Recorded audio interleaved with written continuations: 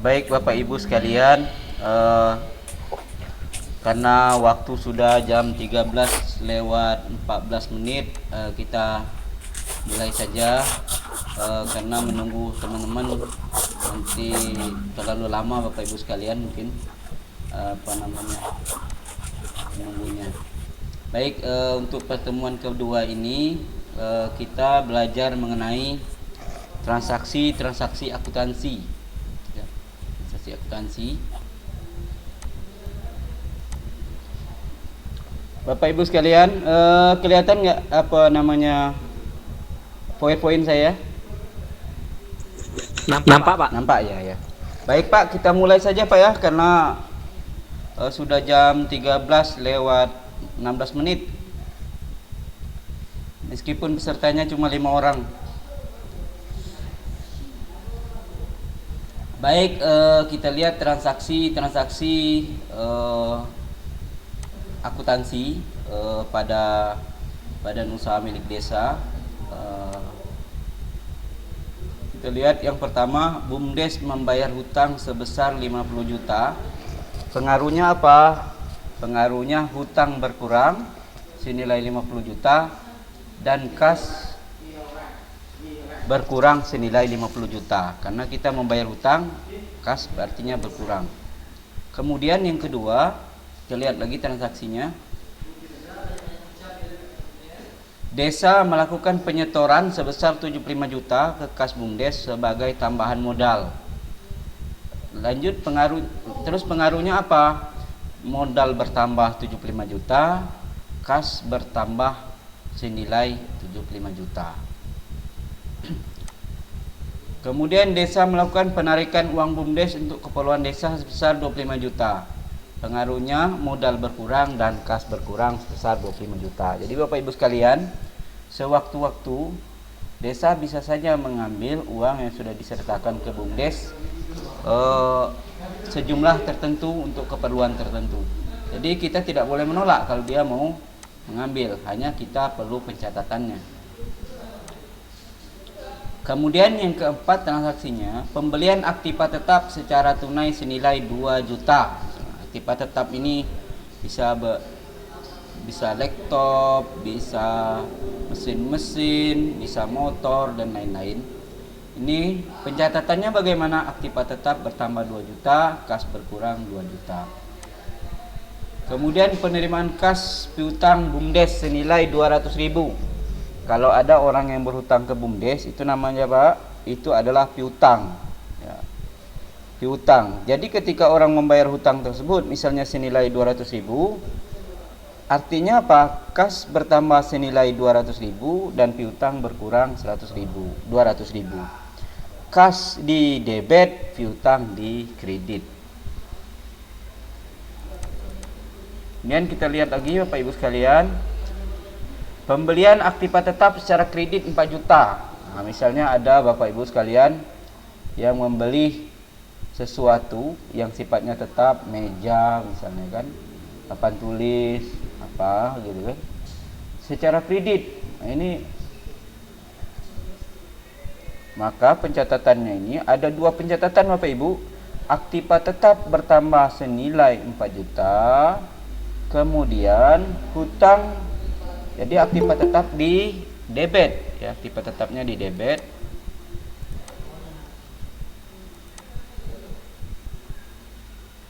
Aktiva tetapnya di debit ya. Kemudian hutang bertambah 4 juta. Jadi ketika pembelian kredit, saat transaksi tersebut yang dikredit apa? Aktiva tetap bertambah senilai 4 juta. Yang dikredit apa? Artinya apa yang berkurang adalah aktiva, yang berkurang adalah kas gitu kan. Artinya pencatatannya kas di kredit. Kemudian pembayaran hutang sudah saya contohkan, hutang berkurang, kas berkurang. Kemudian penambahan modal tadi sudah. Nah, Bapak Ibu sekalian, secara umum Usaha BUMDes itu sebenarnya terbagi atas 3 secara umumnya. Ada usaha jasa, usaha dagang, dan usaha pabrik ya. Usaha jasa itu termasuk BUMDes wisata itu usaha jasa, pembayaran listrik usaha jasa, pulsa usaha jasa, BRI Link itu usaha jasa. Nah, itu kegiatannya menjual jasa ke pelanggan. Kemudian dagang. Nah, transaksinya biasanya membeli dan menjual kalau yang usaha dagang. Usaha dagang. Tapi kalau yang usaha pabrik atau manufaktur itu membeli barang baku, menyimpan bahan baku, mengolah bahan baku, menyimpan barang dalam proses, menyimpan barang jadi, menjual barang jadi. Jadi ada 4 transaksi biasanya. Dan ini semuanya akan mempengaruhi kepada transaksi akuntansi. Nah, kita lihat dari 3 transaksi tadi, 3 usaha tadi, apa akibatnya gitu. Akibatnya 2, timbulnya pendapatan dan timbul biaya. Ini biaya dan pendapatan ini yang dicatat. Kemudian apa yang dibutuhkan? Butuhkan sumber daya. Sumber daya itu ada material itu bahan baku, Pak. Ada men itu manusia, SDM. Ada mesin itu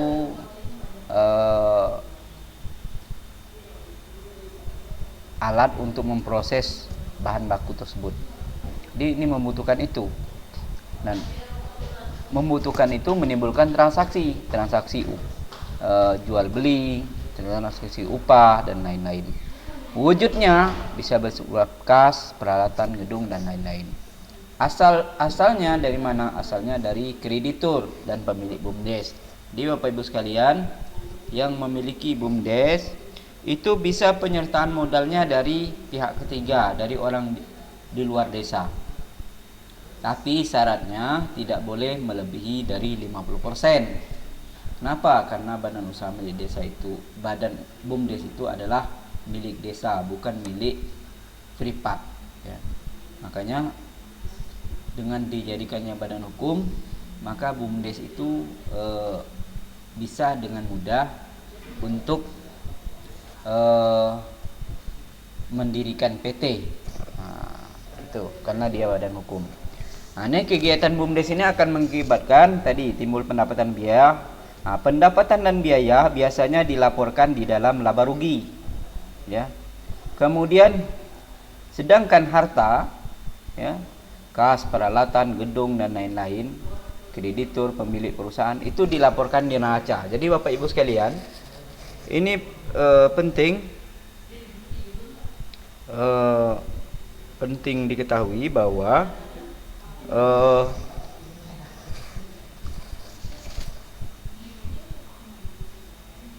kedua laporan ini menjadi acuan bagi Bapak Ibu sekalian yang nanti misalnya ingin meminjam uang di bank, kemudian untuk laporan keuangan, untuk laporan ke desa, untuk pengembangan usaha. Jadi mau tidak mau badan usaha milik desa harus memiliki laporan, minimal 2 laporan tersebut, minimal.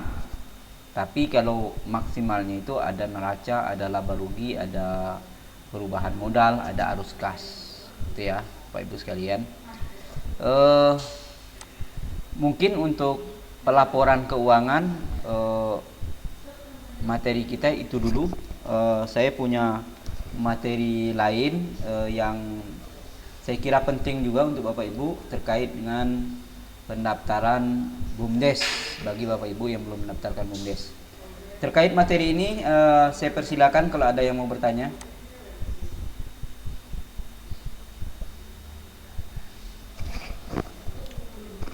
Silakan, ada yang mau bertanya enggak terkait materi pelaporan keuangan?